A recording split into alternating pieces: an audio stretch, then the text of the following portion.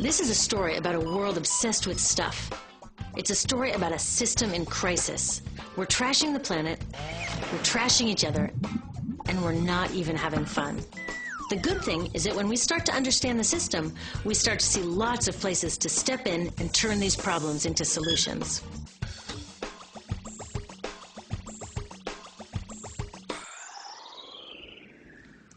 Can I tell you, I love my Pantene Pro V. Of the dozen or so personal care products that I use every day, it's the one I can't live without. Says it gives my dull hair the ultimate cool shine. How does it do that? I was wondering that while I was lathering it in my hair one day, so I read the ingredients right here. Sodium lauryl sulfate, tetrasodium EDTA, methyl isothiazolinone. What is this stuff? I took this list to some scientists who know how to read it. Turns out my Pantene contains a chemical linked to cancer. And lots of other products in my bathroom, from sunscreen to lipstick and even baby shampoo, also contain chemicals linked to cancer or other problems like learning disabilities, asthma, and even damaged sperm. Like most parents, I try to keep my family safe. But now I find out my bathroom is a minefield of toxins? What are we supposed to do? To find out the answers, we have to go back to one of the key features of our materials economy: toxics in, toxics out. If, at the factory, you pour toxic chemicals into a product, like baby shampoo, you're going to wind up with toxic baby shampoo, and toxics in workers, communities, and, babies. So let's take a closer look at this toxic outrage where it seeps into our lives every day, in the bathroom. The average woman in the U.S. uses about 12 personal care products daily. The average man about 6. Each product containing a dozen or more chemicals. Less than 20% of chemicals in cosmetics have been assessed for safety by the industry's safety panel, so we just don't know what they do to us when we use them. Would you fly on an airline that only inspects 20% of its planes? Of course, not all of these chemicals are dangerous, but we know that many are. Some are carcinogens. That means that they can cause cancer. Others are neurotoxins and reproductive toxins, proven to mess up brain development and reproduction in animals. Wait a minute, we're animals too. It's like a giant experiment. We're using all these mystery chemicals and just waiting to see what happens. One thing we do know is that they're getting inside us.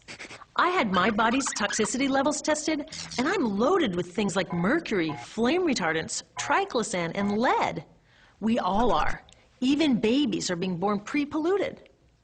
Now, I know we can't live in a lead-free world, but do we have to put lead in our lipstick? I don't know. Maybe it's my fault. Maybe I just bought the wrong thing. At the store, the choices seem endless. I can get lipstick in 49 shades, or shampoo for hair that's too dry, oily, fine, limp, or frizzy. But what about the choices that really matter, like the choice to buy products that are safe? It turns out the important decisions don't happen when I choose to take a product off the shelf. They happen when companies and governments decide what products should go on the shelves. So who are these companies? This is Procter & Gamble.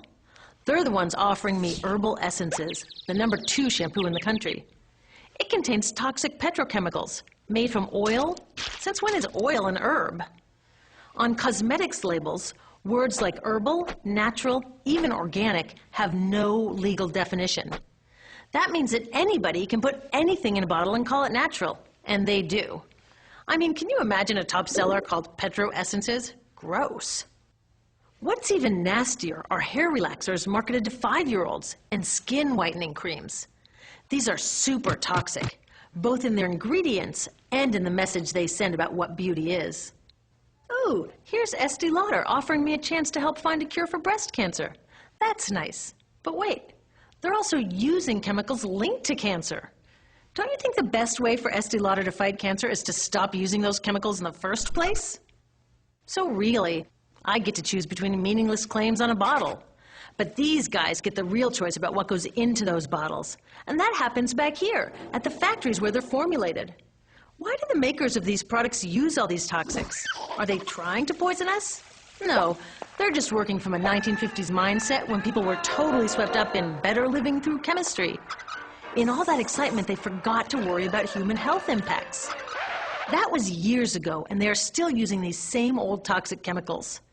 Today, big cosmetics companies say the doses of poison in their products are small enough to be harmless. Yeah, maybe if you use them once a year. I guess they never get out and see that their products are being used and combined with other products every day. A little toxic dose under your arms, a little more on your hair, on your lips. And workers in nail and hair salons get dosed all day long. So the industry is used to doing things this way, and they can. Because even now that scientists have linked the chemicals they're using to all sorts of problems, there are no laws to get rid of them.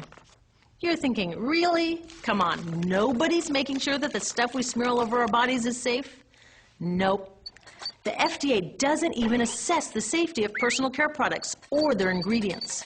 Since 1938, they've banned just 8 out of over 12,000 ingredients used in cosmetics. They don't even require that all of the ingredients be listed on the label. Now, this is an example where we can all agree a little more government action would be helpful.